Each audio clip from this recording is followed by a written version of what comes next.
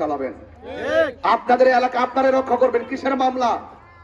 সামাজিক ব্যবস্থা এত উন্নত হবে যে কোনো না কোনো কারণে যে একটা ঘটনা ঘটে উঠান বৈঠকের মাধ্যমে সমাধান হবে, ঠিক না বেঠে?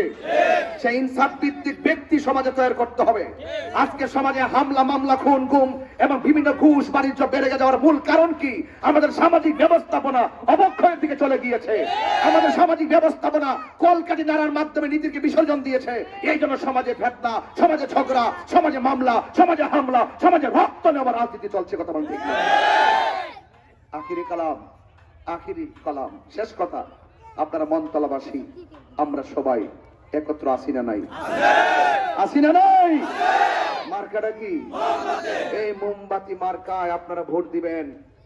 আর আপনারা আমাকে চেনেন, আমি ওয়াদা খেলাফ করি না, আমি এক মুখে দুই কথা বলি না, আমি যা বলি তাই করি। আমার মা বোনদেরকে বলবো, মা আপনারা একটু আমার পক্ষ থেকে কষ্ট করে আপনারা বাড়ি বাড়ি মানুষের কাছে একটু মোমবাতির কথা বলবেন। সকাল সকাল গিয়ে মোমবাতি মার্কায় ভোট দিবেন। একসাথে যাবেন, ঘরে 5 জন মা আছেন, আপনারা একসাথে ছেলে মেয়ে নিয়ে যাবেন, আবার একসাথে ফিরে আসবেন। কোনো লাল চক্ষুকে ভয় পাবেন না। আর এলাকার মন্তলাবাসীকে বলি, আপনাকে কেউ যদি কোনো হুমকি দেয় দয়া করে তার নাম দিবেন।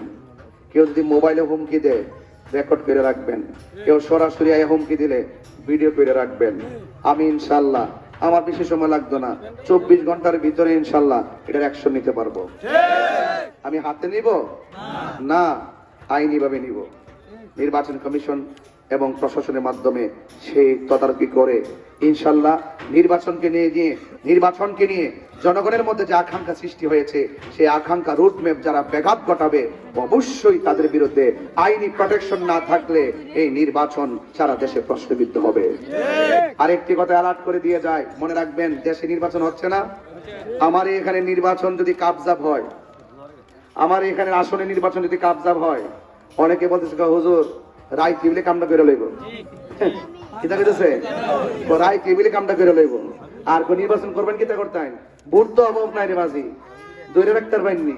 অনেকেই কথাটা কয় যে ভোট তো অভাব নাই, কারি কারি ভোট, কিন্তু ধরে রাখুন যাবো নিজেকে নাম কিনলে গা হেরা তো গন মোমবাতি ডুহাই দিবনি আরেকটার ভিতরে, এই ডুহাইয়াতে রেজাল্ট গোড়াই লইব।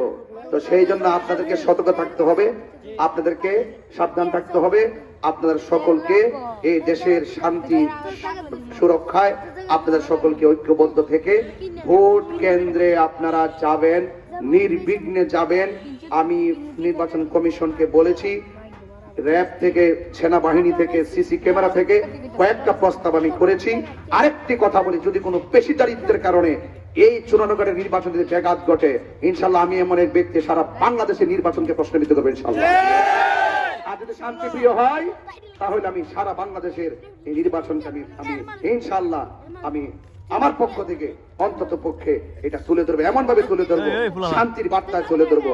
আমি চাই প্রত্যেকটা আসনে, প্রত্যেকটা জায়গায় শান্তিপূর্ণ নির্বাচন হবে, অবাধ হবে, সুষ্ঠু হবে, নিরপেক্ষ হবে, অংশগ্রহণমূলক হবে। সবার অংশগ্রহণমূলক নির্বাচনের মাধ্যমে যার যার স্বাধিকার, যার যার ভোটাধিকার প্রয়োগ করে যার যার নাগরিকত্বের বিকাশ ঘটাবে, এই আশাবাদ ব্যক্ত রেখে এবং সকল অপশক্তির হাত থেকে নির্বাচন কমিশন থেকে শুরু করে সবাইকে সুস্বাস্থ্যতা, শান্তি কামনা করে আজকে এখান থেকে বিদায় নিচ্ছি।